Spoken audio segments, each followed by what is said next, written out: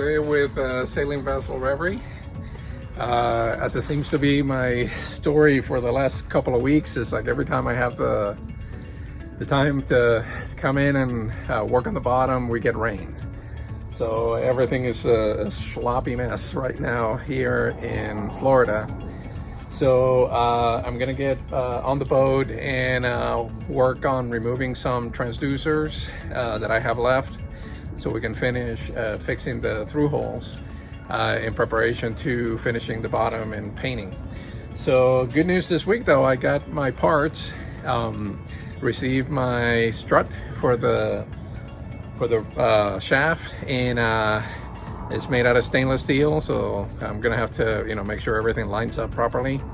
But it's guys at General Propeller did a great job, and we did a video that I'll be posting soon on the shaft seals. Had to learn a lot about that recently, so I'm gonna share what I found out, because there's a lot of information out there, but there's some details that nobody shows you on the video, so I'm going to put some of that in so you know what to look for if you decide to go with a dripless shaft seal, or if you want to keep your regular shaft seal with a stuffing box. So with that, let me get the stuff out of the car, get up on the boat, and show you what we're going to be working on today. So I got my box of goodies here, so I'll show you what I got before I head up. So I needed a tray. Supposedly this tray is good for rolling just straight up epoxy, and I guess it's designed so it doesn't stick, and who knows, I bought the gimmick, we'll see if it actually works. I have my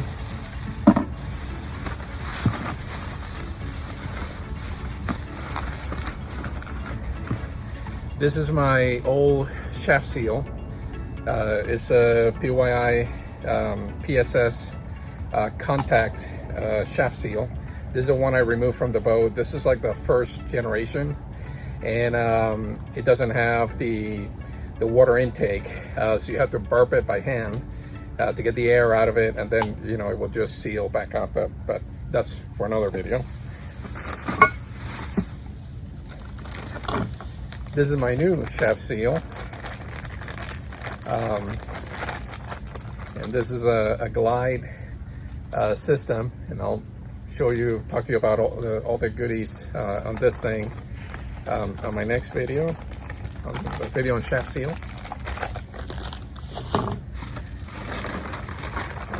Just supply stuff. So I had the rudder nut clean. I got some additional packing, but I got to take all that packing out of there and make sure that I have the right size. So all these nuts are different on every boat, or most boats, and they don't all take a standard size, so you have to make sure you put the right size in there to create the right seal without putting a bunch of pressure. Otherwise you're going to either make it hard to turn your rudder, or you're going to mark your rudder posts. This was my old strut. As you can see, it's pretty pink, and that means that the metal has been eaten up by low-level current. There's all sorts of markings on it, so I didn't want to trust it after I went through the trouble of getting a new prop and a new shaft.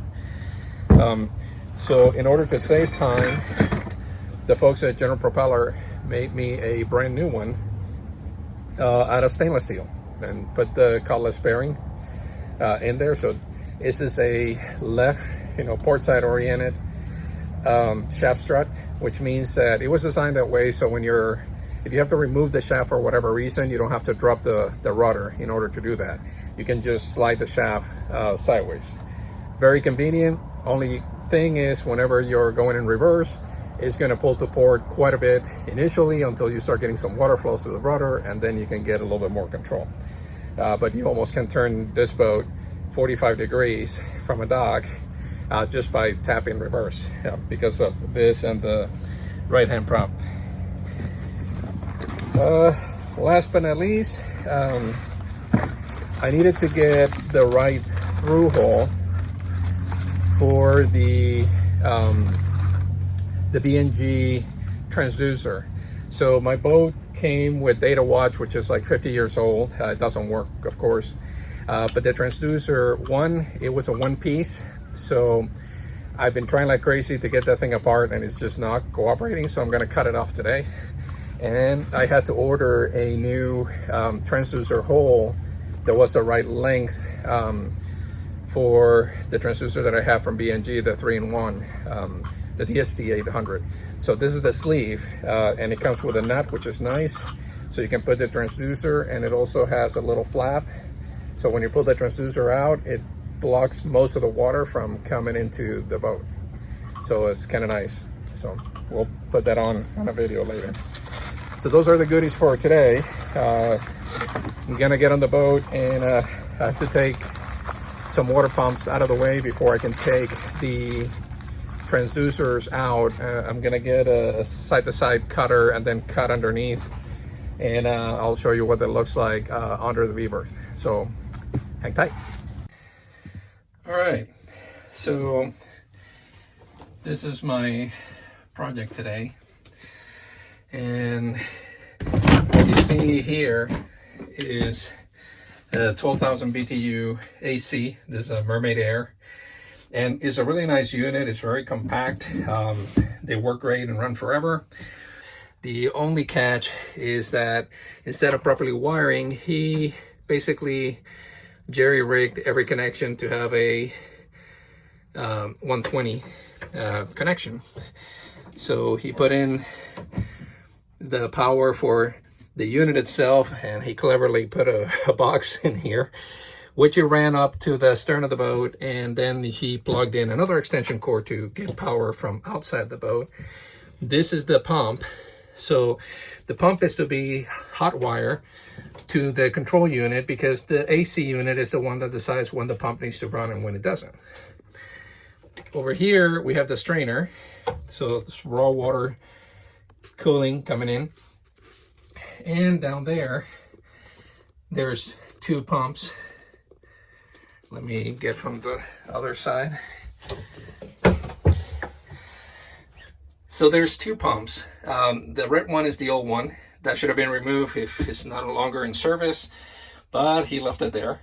And we have this pump, which is really a bilge pump, not really a a water pump for the use that he was using it. So he jerry-rigged that. Actually, that was connected to a car battery charger.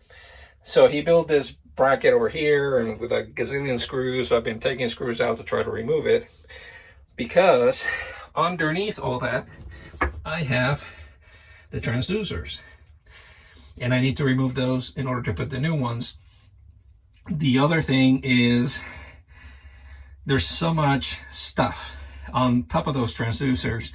If I ever had a leak or had a major issue, I had no way of getting to them. So I'm going to remove all the stuff and put the pump in the proper place, mount it on the bulkhead, get the plumbing done correctly. But today I got to remove all of this in order to get to the through-hulls, which I have to take out so I can finish working on the hull. But first, let me get working on removing this. Well, after a little bit of contortion, here's the pump. At least pump number one is out. It's a lot of corrosion. Basically, I ended up breaking it apart because they put screws with nuts and not a lot of room to get down there. So let me get the other pump out.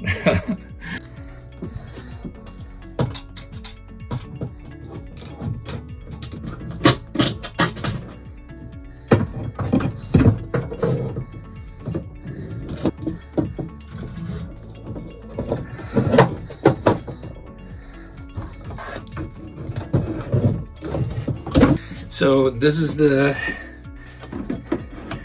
water intake. This goes to the through-hull. This is the out for from the strainer into the in of the pump, but this is not the right pump. But I elevated it because I don't want a bunch of water to come out of the strainer into the bilge.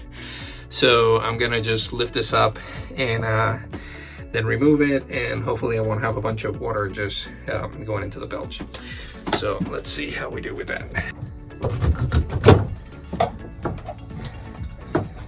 Now, good knife solves a lot of things. All right. There's water there. I'm gonna get a bucket.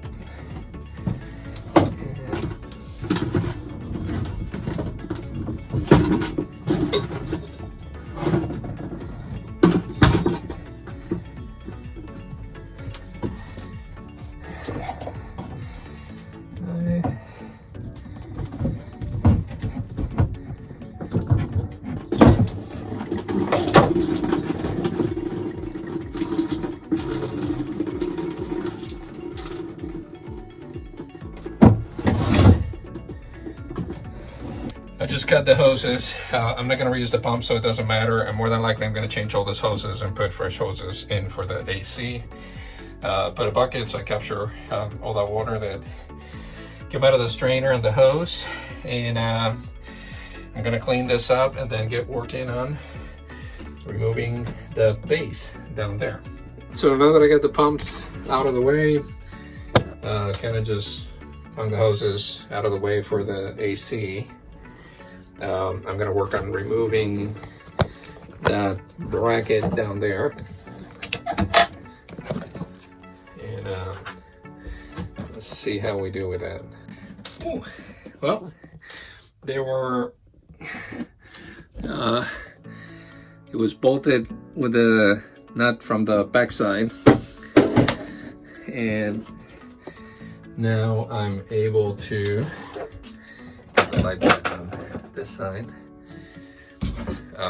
Finish pulling this off.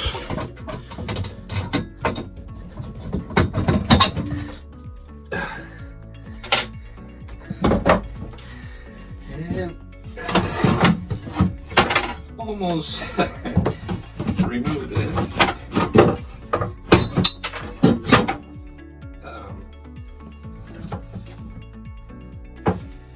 But I have to take out the drain hose.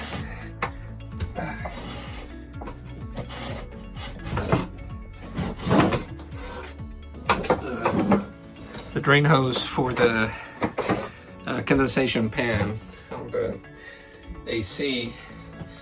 And this one I'm gonna have to unhook, which that was actually feeding water to a spigot that they had put in the anchor locker, which I'm gonna remove and seal. That's also not the proper place for that. Okay, so I had to bring in the good old bucket again because there was some water on the line. So I cut that, put a couple of corks. This line on this side is coming from the freshwater tank on the starboard side. So I need to plug it in because there's still water on that tank, and that's what I use to kind of test some of the plumbing. This side is going into a spigot on the anchor locker, which I'm going to remove and get rid of this hose. But for now, I don't want that water coming back this way, which is pretty dirty. So I just plug it in as well. So let me finish removing this bracket, and then we'll get working on the removing the through holes. All right. So we're down to what we really want to work on, which, let's see what it says here. So this has a pin.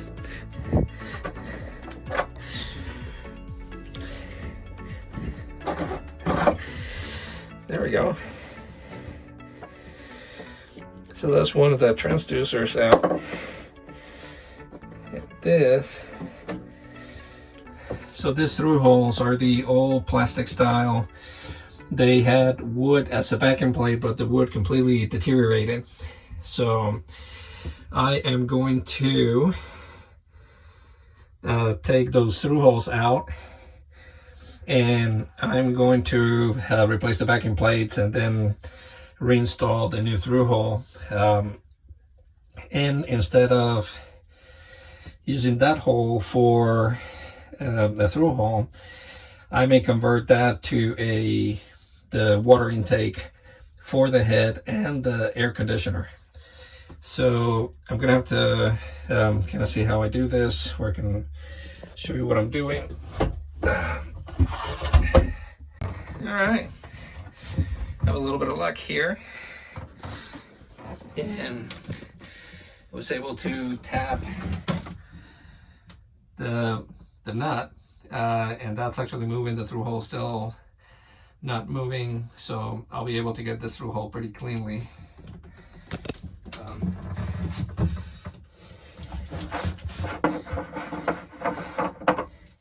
Okay.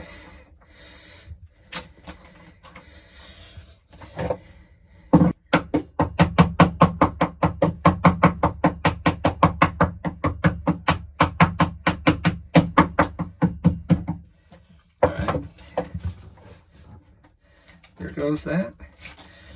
Now I can finish cleaning this. Yeah. This one, the whole thing is spinning. Okay, so we have one transducer out, the other is not cooperating. So what I'm gonna do is I'm gonna cut the rim off the sleeve so I can just pop it in. So let's see how that works.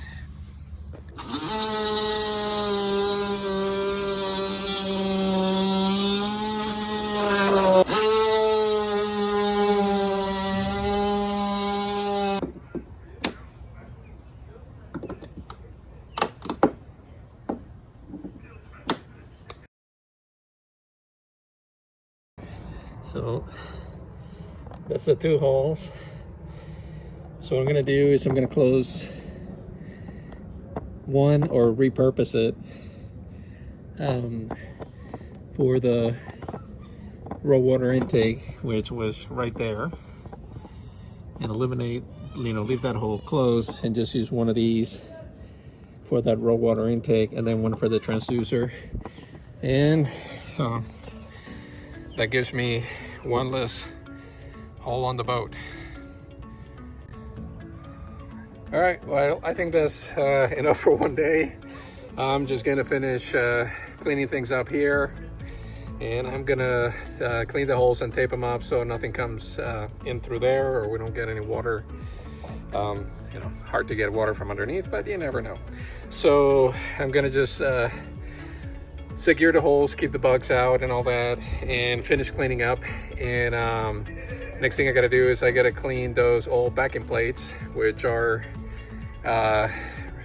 pretty rotted out, and I need to make some new backing plates, or pick up some G10 to use, and make sure I really don't want to have any organic material below the water line, so there's not going to be any more wood as much as I can help it. And I'll finish cleaning up, and that's it for today, folks. Hope you enjoyed the update and the adventure and the contortion.